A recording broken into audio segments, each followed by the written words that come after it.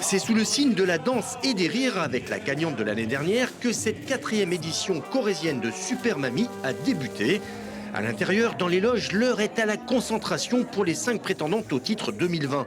Âgées de 55 à 77 ans, nos concurrentes se préparent à monter sur scène.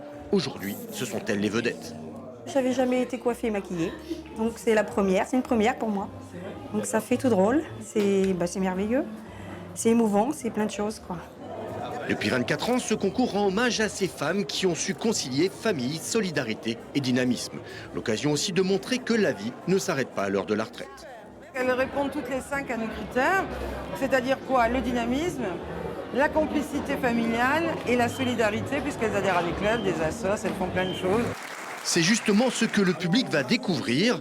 Présentation de chaque candidate par l'un de ses enfants, d'une de ses passions et hommage des petits-enfants. 3 générations sont présentes sur scène pour une communion intergénérationnelle.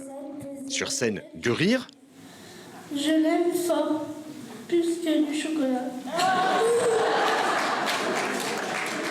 Mais aussi beaucoup d'émotions. Je suis fier d'être ton fils. Merci, maman. Quel que soit le résultat, pour Frédéric, ce n'était que du bonheur. Ah, c'était vraiment un sacré moment. Je pensais qu'on était venu pour s'amuser. Finalement, on vient pour pleurer. Mais c'est que du bonheur quand même. C'est que du bonheur. Je l'aime comme elle est et c'est que je ne veux pas changer de mamie. Même si les gens se moquent de moi, c'est pas grave. Je préfère avouer que je l'aime que ne rien dire. J'aimerais trop qu'elle gagne parce que c'est une super mamie.